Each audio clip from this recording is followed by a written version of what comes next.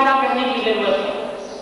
آج ہمارے مسائل سامنے آ جائیں، ہم شریعت مطالعہ کے حکم کو مد نظر نہیں رکھتے، اپنے مسائل حل کرتے، اپنی عقل سے اپنے حل مسائل کرتے نظر آتے ہیں۔ اللہ کا کوئی حکم نہیں ہے، اللہ کے رسول کے حکم کو نظر انداز کر دیا۔ اور یہی عشق و رسول اور محبت رسول دل میں پیدا ہو جائے۔ حضرت صدیق اکبر رضی اللہ تعالیٰ عنہ والی اگر ہاتھ میں تلوار ہو، دشمن رسول بن کر اگر بیٹا بھی سامنے آئے، یہ محبت فطری مجبور نہیں کرتی۔ ارے رسول اللہ کا عشق سامنے آ جائے، اسی نسبت سے بیٹے کا سر بھی قلم کرنے کے لیے تیار ہو جاتے ہیں۔ یہ عشق نہ ہو تو کتا وفادار ہے، بھوکا رکھیں، ستاتے رہیں، مارتے رہیں، مالک کا در کبھی نہیں چھوڑے، بیٹھا ہی رہے گا، مالک کے خیال میں مست رہے گا، مالک کے در کے خیال میں مست رہے گا۔ اسی لیے میاں صاحب نے فرمایا، جس دل اندر عشق نہ رچے کتے ناتی چنگے مالک دے گھر راکھی کر دے صابر بھوکے ننگے۔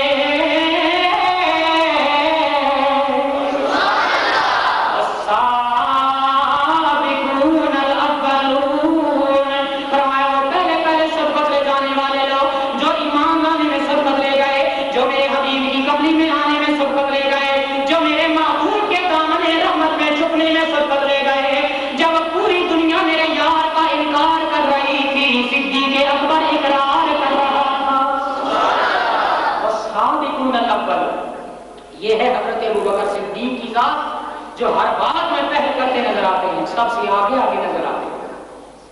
خدا کی قسم اگر اولاد قربان کرنے کا معاملہ آیا، حضرت ابوبکر صدیق کی ذات تمام صحابہ میں پہلے نظر آتی ہے، سب سے آگے نظر آتی ہے۔ مال کی قربانی کا وقت آیا، میرے آقا نے انفاق فی سبیل اللہ کا درس دیا۔ حضرت عمر کہنے لگے ابوبکر مجھ سے ہر بات میں آگے بڑھ جاتے ہیں، آج ابوبکر سے میں پہلے جاؤں گا، آج سب لے جاؤں گا۔ گھر کا آدھا مال لے کر آ گئے، آدھا گھر چھوڑ کے آ گئے۔ جب آئے تو میرے نبی نے فرمایا، اے عمر کیا لے کر آئے ہو؟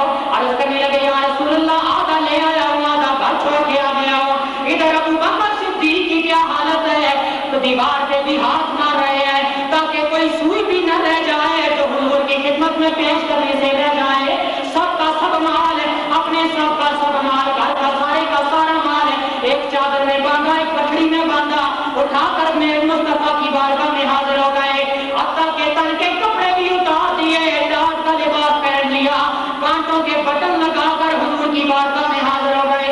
میرے آقا نے یہ نہیں فرمایا صدیق کیا لے کر آئے ہو، عرض کرنے لگا فرمایا اے ابوبکر ما بقیت لأہلک یا ابا بکر، اے ابوبکر گھر والے پر یہ کیا چھوڑا ہے؟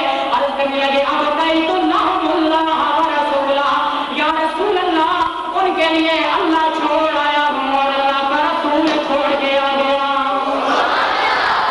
دیکھیں حضرت ابوبکر صدیق کے سامنے اللہ کے رسول موجود ہیں۔ صدیق اکبر یہ کیوں کہہ رہے ہیں اللہ چھوڑ آیا ہوں اور اللہ کا رسول چھوڑ کے آ گیا ہوں؟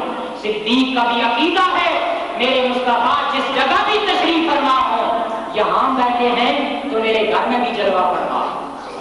اللہ نے اپنے نبیوں کو، اپنے یاروں کو یہ طاقت عطا فرما رکھی ہے۔ جب اللہ نے عطا فرما رکھی ہے کہ بیک وقت وہ ہر جگہ پہ موجود ہو سکتے ہیں، پھر ہمیں کیا اعتراض ہے؟ یہ ان کا عقیدہ ثابت ہو رہا۔ اور دوستان گرامی کل عرض کیا یا رسول اللہ، اللہ اور اللہ کا رسول گھر چھوڑ کے آ گیا ہوں، کاٹ کا لباس پہن لیا ہے۔ اتنی بات کرنے کی دیر تھی کہ جبریل امین حاضر ہو گئے، ان کا حال کیا ہے؟ میرے آقا نے دیکھا انہوں نے بھی کاٹ کا لباس پہنا ہوا ہے۔ میرے آقا نے فرمایا جبریل یہ کیا بنا رکھا ہے؟ عرض کرنے لگے یا رسول اللہ ایک مجھ پر ہی کیا معقوف ہے، آج تو عرش والوں نے بھی صدیق اکبر کا لباس پہن لیا ہے۔ ایک میں نے ہی ٹاٹ کا لباس نہیں پہن لیا، آج ابوبکر کا یہ ٹاٹ کا خرقہ سلطنت سماوی کا سرکاری لباس قرار پا گیا۔ سارے فرشتے ابوبکر کے لباس میں ملبوس نظر آ رہے ہیں۔ یہ اللہ کی بارگاہ میں حضرت صدیق صدیق اکبر رضی اللہ تعالیٰ عنہ کا مقام و مرتبہ میں نے عرض کیا والسابقون الاولون، جس پہلو پر بھی دیکھا جائے حضرت صدیق اکبر مال قربان کرنے میں بھی سب سے آگے آگے نظر آتے ہیں۔ والسابقون الاولون، جب ہجرت کا موسم آیا صدیق اکبر حاضر ہوئے، یا رسول اللہ اجازت دیجیے میں ہجرت میں بھی طے کر جاؤں۔ میرے آقا نے فرمایا اے ابو بکر تمہیں اجازت نہیں۔ ابو بکر یا رسول اللہ مجھے اجازت دیجیے ہجرت میں بھی سبقت لے جانا چاہتا ہوں۔ فرمایا ابھی تمہیں اجازت نہیں، ابھی ہجرت کا حکم نہیں آیا۔